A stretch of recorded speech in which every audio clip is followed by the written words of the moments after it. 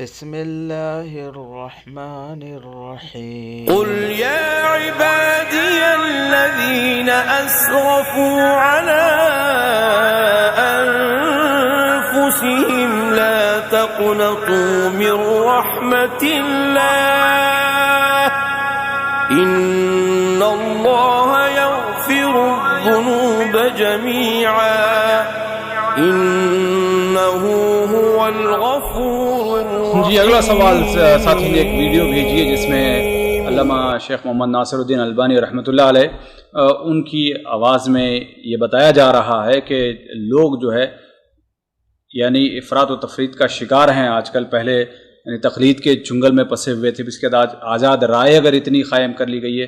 انہوں نے کہا کہ جب آزاد رائے اتنی زیادہ بے راہ روی کا شکار ہو رہی تو بہتر ہے کہ اس سے کہ آدمی چار مذہبوں میں سے کوئی کسی کی تقلید کر لے. جو کچھ علامہ مرحوم نے کہا ہے میں اس سے 100% متفق ہوں، رحمہ اللہ جو کہا ہے 100% سے متفق ہوں. جی کوئی کسی کو پسند ہو یا پسند نہ ہو. آج کل جو ہے ہر آدمی اردو پڑھ کر کے، اور صورتحال یہاں ہوتی ہے کہ علماء کے ساتھ بے ادبی اور ان کی بے عزتی کرنا شروع کر، ان کے اوپر آواز اٹھانا شروع کر دیتے ہیں. اس کا کیا مطلب جا رہا ہے شیخ؟ اس کا تو یہ مطلب جا رہا ہے کہ جو چار مذاہب ہیں صحیح ہیں، اس کا مطلب بھائی علامہ البانی نے کب کہا؟ مجبوری اس صورت میں کہا ہے کہ انسان کے پاس اگر تحقیق کرنے کی حدیثوں کو نہیں سمجھتا ہے، علماء کے اقوال کو نہیں سمجھتا ہے، عربی نہیں پڑھا ہوا ہے، ٹھیک سمجھ رہا ہے، حدیثیں نہیں ہیں، تو بجائے اس کے کہ وہ اس طرف گمراہی میں جائے، ٹھیک ہے اسی کو قبول کر لے. جاہل کے لیے تو تقلید جائز ہے ہی، بلکہ واجب ہے اس کے اوپر. تو کیا ہر جائے؟ تو آپ کیا چاہتے ہیں کہ ہر آدمی اردو سے ایک حدیث پڑھ لیا اور جو ہے بس اجتہاد کرنا شروع کر دے؟ اجتہاد تو نہیں کرے گا، لیکن پھر کیا ہے بھائی؟ اتنا قرآن و سنت کے مطابق ہے وہ اس پر عمل کر لے گا. بھائی قرآن و سنت اگر اس کو جو ہے ہو سکتا ہے کہ صرف ایک کسی حدیث کو لیا ہے، لیکن اس کی تائید کرنے والی دوسری حدیثیں بھی ہیں جو اس کے مفہوم کو واضح کرتی ہیں. ایسا ہے کہ نہیں ہے؟ یہ تو ٹھیک ہے آپ کی بات، لیکن یہاں پر یہ نہیں سمجھ میں آتا ہے کہ اگر کوئی بیماری ہے تو اس بیماری کا علاج دوسری بیماری دیا جائے. وہ بیماری نہیں ہے، اس بیماری سے اچھا ہوتا ہے. یہ جانتے ہیں آپ بسا اوقات ایک زہر کو توڑنے کے لیے دوسرا زہر دیا جاتا ہے، چھوٹے زہر تو بڑا زہر دیا جاتا ہے. جی ہاں، آپ انسان زخم ہوتا ہی نہیں ہوتا ہے، اس کے جو ہے جو برائی اس کو نکالنے، گندگی نکالنے کے لیے کبھی جو ہے وہ چمڑا بھی کاٹنا پڑتا ہے جو صحیح ہوا کرتا ہے. کاٹنا پڑتا ہے کہ نہیں کاٹنا پڑتا؟ جی بڑی شریعت کا یہ اصول ہے کہ بڑی خرابی سے بچنے کے لیے چھوٹی خرابی کے اوپر عمل کر لیں. ورنہ علماء جو ہے وہ سارے کے سارے چاہے نووی ہوں، ابن رجب ہوں، وہ پاگل نہیں تھے نعوذ باللہ من ذالک. انہوں نے کہا کہ ہاں بھائی ائمہ اربعہ کی اقتداء جو ہے یہ واجب ہے، اسی بنیاد پر کہ یہ بے راہ روی نہ پیدا ہو جو آج ہمارا پائی جا رہی ہے. چار ہی پہ کیوں ہے بھائی؟ کوئی اور لے آئیے نا، کوئی مدون ہے مذہب،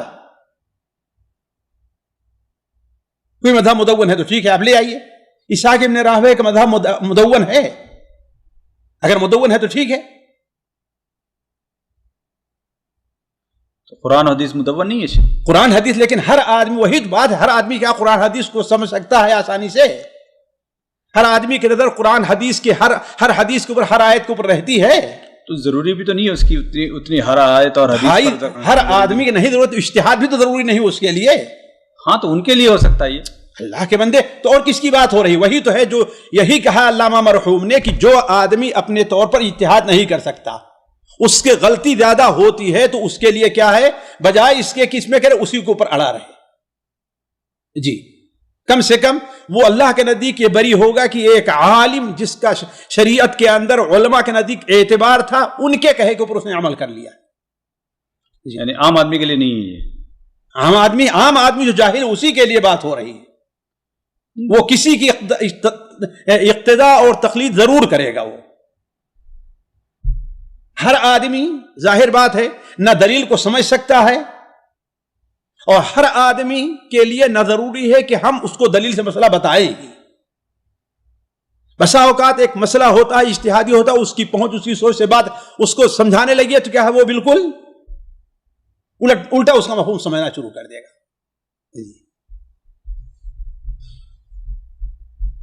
جی اگر کوئی بندہ اگر قرآن و سنت کو جو قرآن نماز اور روزے کے جو موٹے موٹے مسائل ہیں وہ عمل کر لے تو وہ بھی کافی ہے اس کے لیے، چاہے جائے کہ وہ یہاں یہ چیز ہے ہی نہیں، یہاں یہ مسئلہ ہی نہیں ہے۔ یہاں تو مسئلہ یہ ہے کہ جو آدمی قرآن اور حدیث سے صحیح طور پر مسئلے کا استنباط نہیں کر سکتا، یعنی وہ آدمی ایک حدیث اردو میں پڑھ کر کے یا دیکھ کر کے وہ اجتہاد نہ کرنا شروع کر دے، علماء پر نہیں ہے، وہ کیا ہے، ضروری ہے کہ علماء کا کہ یہ اصل مسئلہ ہے اور اس سے کوئی مخالفت نہیں کرے گا۔ آپ نے جو ویڈیو ابھی دیکھی وہ ہے سعودی عرب کے شہر ریاض کے قریب ایک قصبہ ہے الغات، وہاں پر جو دعویٰ سینٹر ہے یعنی مکتب توعیہ الجالیات ہے، وہاں پر یہ نشست چل رہی ہے۔ وہاں کے شیخ مقصود الحسن فیضی، اور نشست کا نمبر بھی دیکھیے اسکرین پہ آیا تھا، 465واں ان کا یہ نشست تھا۔ اس میں جو باتیں ہو رہی ہے اس کے بارے میں ہم کچھ باتیں کریں گے۔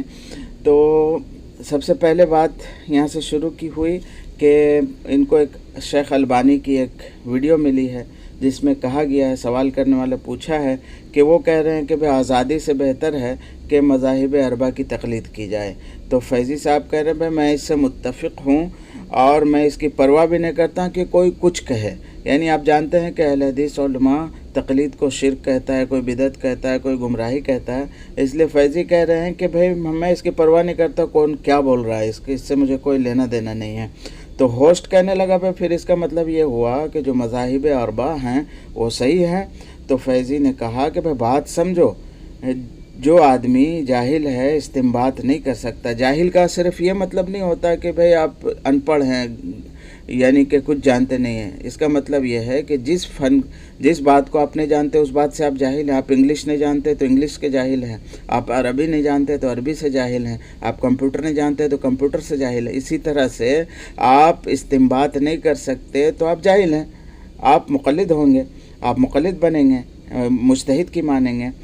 تو عامی اور جو اس ٹائپ کے لوگ ہیں ان کے لیے تقلید ہی صحیح ہے، یہی بات انہوں نے کہا۔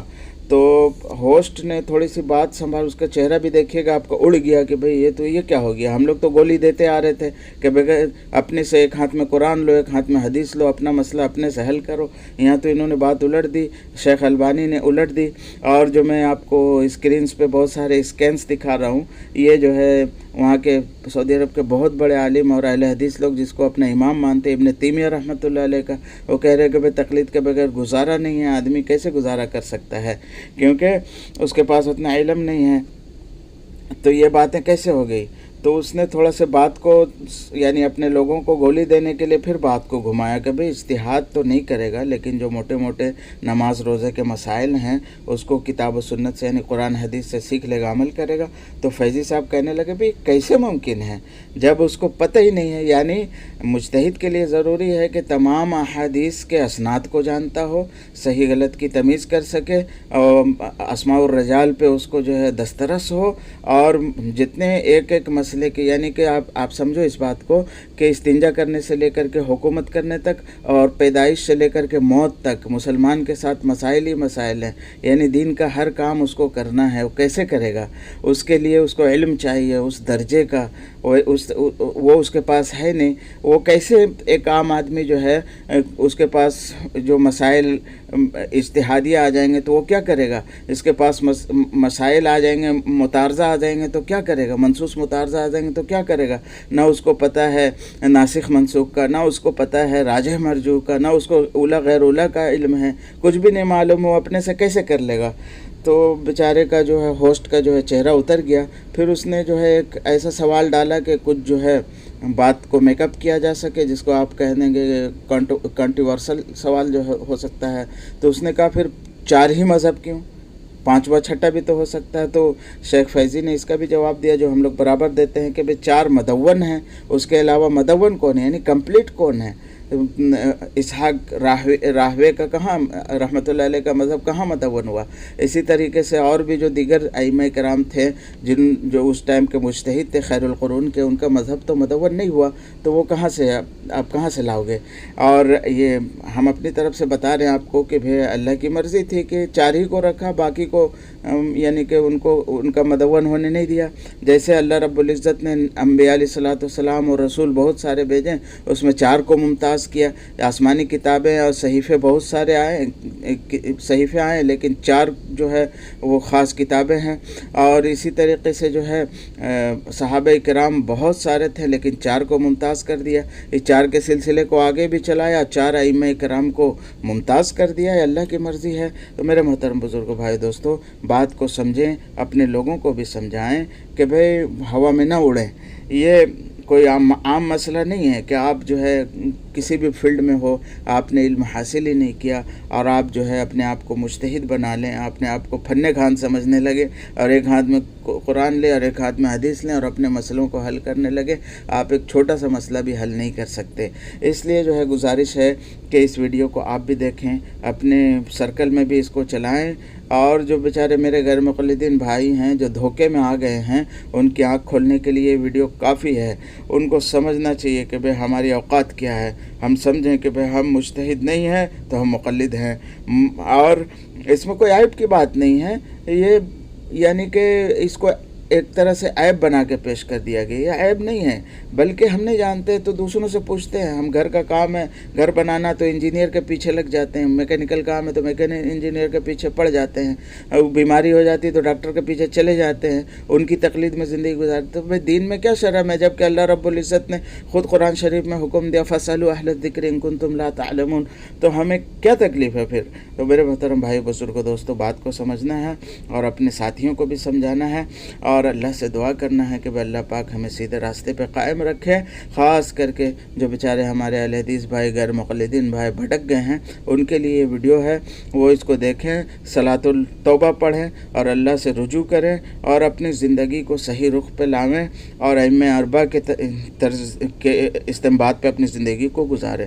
وآخر الدعوانا ان الحمد للہ حمد و ثنا یا رب میرے لب پر مچلتی ہے, میں تیرے در پہ روتا ہوں, گناہوں پہ پشیمان ہوں, سکتا ہوں